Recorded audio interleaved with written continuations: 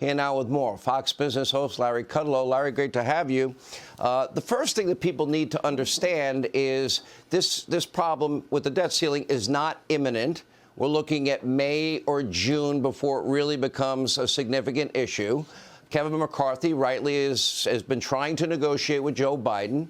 Joe Biden has said no to those negotiations, the very opposite of what he said in 2011 when they came up with the Deficit Reduction Act, and sequestration followed that. So the question is, why won't Joe now negotiate? Does he think the Republicans won't unite behind Kevin McCarthy? Does he think he's able to break the Republican coalition? Because I can predict tonight, after talking to many factions in the Republican Party, that's not going to happen. They're going to be together. Well, Sean, you know, it's very important. Biden and Schumer and Jeffries, they're all giving us this big lie. Here's the big lie. The Republicans are going to cut into Social Security. The Republicans are going to cut Medicare. The Republicans are going to default on the debt.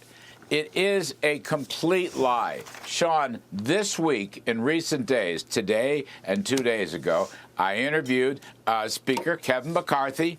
Today I interviewed Majority Leader Steve Scalise.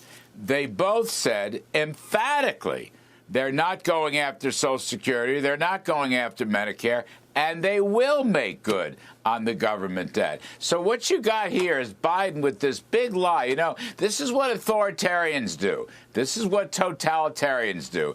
They say something that's not true, they keep repeating it, and they hope that somehow it's going to become true. McCarthy's too smart for this. Scalise is too smart for this. Probably the country's too smart for this.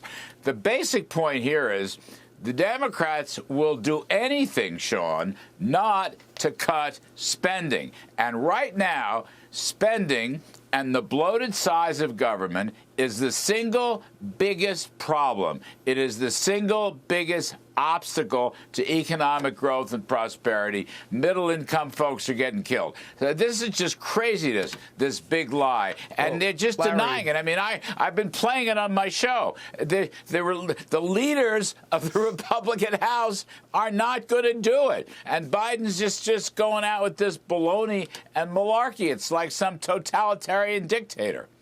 96% debt to GDP ratio right now. That is almost a mathematical certainty that inflation will continue and will continue with a bad economy. But I want to take you back to 2011. Joe Biden, comments he made on debt ceiling negotiations. Now he's saying no negotiations. How can you explain the fact that grown men and women are unwilling to budge up until now, and still some of them are still unwilling to budge by taking an absolute position, my way or no way? That's not governing. That's no way to govern. You can't govern that way. This is a cycle, and I predict to you that a lot of those new members who came here with my way or the highway, they'll either be on the highway or learn that they're going to have to compromise. So I am betting, and I think the Democratic Party is betting on that the Republican Party in the House will not stick together.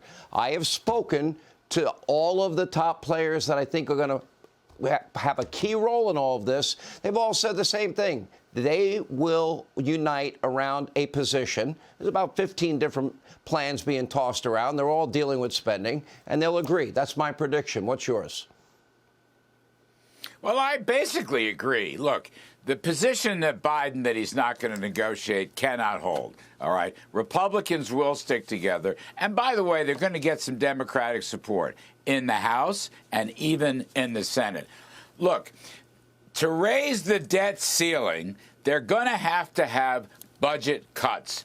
Otherwise, we're going to continue with this inflation, and we're going to continue with what looks like a recession. Today's GDP number was really a lousy number when you look under the hood. You know, go back to 2011, Sean. I like that. John Boehner toughed it out with Barack Obama, and Boehner got spending caps, okay? Boehner got a reduction in overall spending. Boehner stopped tax hikes. Barack Obama started out, you know, arrogantly not negotiating. Boehner succeeded, okay? I think that Kevin McCarthy and Steve Scalise and the others will also succeed. I actually think they're going to get some help from the Senate this time around. But the crazy point is, the government is spending 24% of our economy. If you go to the states and the localities, federal, state, and local, 44% of our economy. And that's why you're getting, for all of 22, you just got the last numbers today, the economy grew at 1%, Sean. That's the worst performance since the financial meltdown in 2008 and 2009. The inflation rate for the whole year was 6.3%. That is the highest inflation in 40 years. What's the culprit here? $5 to $6 trillion of spending and borrowing, okay? And then student debt cancellations could add another $600-800 billion. So, no, you're right. There will be negotiations. The GOP is not going to destroy the big entitlement programs. The GOP will make good on the debt. But here's the thing.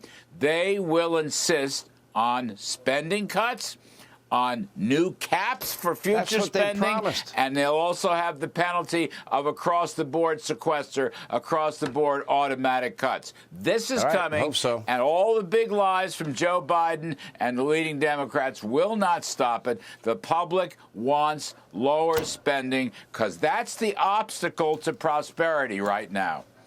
Larry Kudlow, always great to have you. Thank you, my friend. And